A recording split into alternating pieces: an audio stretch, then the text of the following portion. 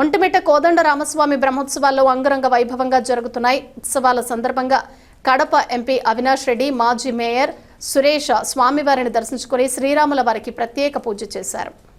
ఈ సందర్భంగా అర్చకులు ఆలయ మర్యాదలతో స్వాగతం పలికారు. అనంతరం ఆయన మీడియాతో మాట్లాడారు.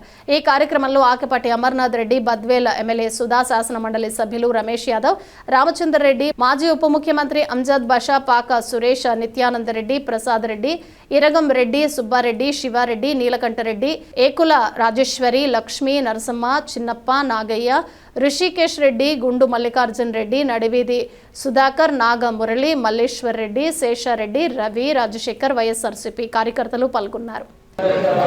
ఒంటిమిట్టలో అత్యంత ప్రసిద్ధిగాంచిన శ్రీ కోదండ రామస్వామి గారి ఆలయంలో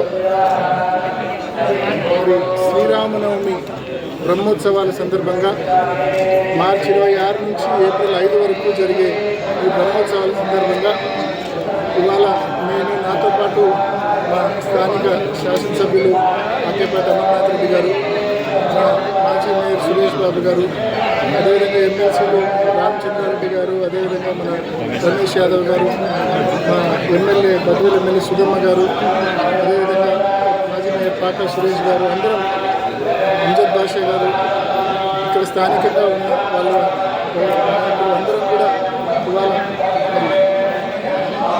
రామాలయంలో స్వామిని దర్శించుకోవడం జరిగింది. ఈ సందర్భంగా ప్రతి ఒక్కరికి కూడా ఆ శ్రీరామచంద్రుని జీవితం ప్రతి ఒక్కరికి కూడా ఆదర్శించిన ఒక అత్యుత్తమైన కొడుకుగా, ఒక గొప్ప భర్తగా, ఒక ఆదర్శవంతమైన సోదరుడిగా ఆ శ్రీరామచంద్రుని జీవితం ప్రతి ఒక్కరికి కూడా ఆదర్శప్రాయము. అటువంటి ఆ శ్రీరామచంద్రుని ఆశీస్సులు, దీవెనలు ప్రజలందరిపైన ఉండాలని, మన ప్రాంతం సుభిక్షంగా ఉండాలని, రైతులందరూ బాగుండాలని మనస్ఫూర్తిగా ప్రతి ఒక్కరికి ఆ శ్రీరాముని ఆశీస్సులు ఉండాలని చెప్పి ఆ భగవంతుని మరి ఎల్లుండి 1వ తారీఖున, ఏప్రిల్ 1వ తారీఖున పెద్ద ఎత్తున చుట్టుపక్కల జిల్లాల నుంచి కూడా భారీ ఎత్తున రాష్ట్ర వ్యాప్తంగా భక్తులు ఇక్కడికి ప్రతి సంవత్సరం ఆనవాయితీగా కూడా జరుగుతూ ఉంది. ప్రతి సంవత్సరం భారీ ఎత్తున భక్తులు వస్తారు కళ్యాణానికి.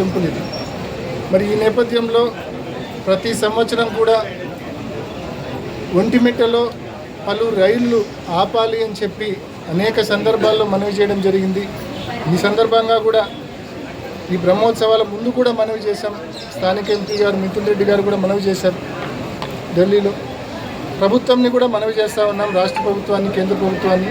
స్టేట్ గవర్నమెంట్ గట్టిగా పరిశీలి చేసి ఈ ఆలయం యొక్క ఇంపార్టెన్సు కేంద్ర ప్రభుత్వానికి తెలియజేస్తూ ఉన్నాం. ఒక నియోజకవర్గం చేస్తే తప్పకుండా ఇంకా బాగుంటుంది. మీ అందరితో నేను కూడా ఏకీభవిస్తాను. తప్పకుండా ఆ దిశగా ప్రభుత్వం కూడా డీలిమిటేషన్ చేసేటప్పుడు పాత జిల్లాలో 10 నియోజకవర్గాలు ఉంటే కొత్తగా 5 నియోజకవర్గాలు అంటే 15 నియోజకవర్గాలు జిల్లాలో ఉండిపోతూ ఉన్నాయి. ఒంటిమిట్టకున్న అంటే ఎప్పటి నుంచో ఇక్కడ ఈ గుడికి, ఈ ప్రాంతానికి ఉన్న ఇంపార్టెన్స్ను, హిస్టరీని దృష్టిలో పెట్టుకొని ఒంటిమిట్టను కూడా ఒక నియోజకవర్గంగా ప్రభుత్వం అనౌన్స్ చేయాలని చెప్పి కూడా నేను రిక్వెస్ట్ చేస్తాను. Thank you.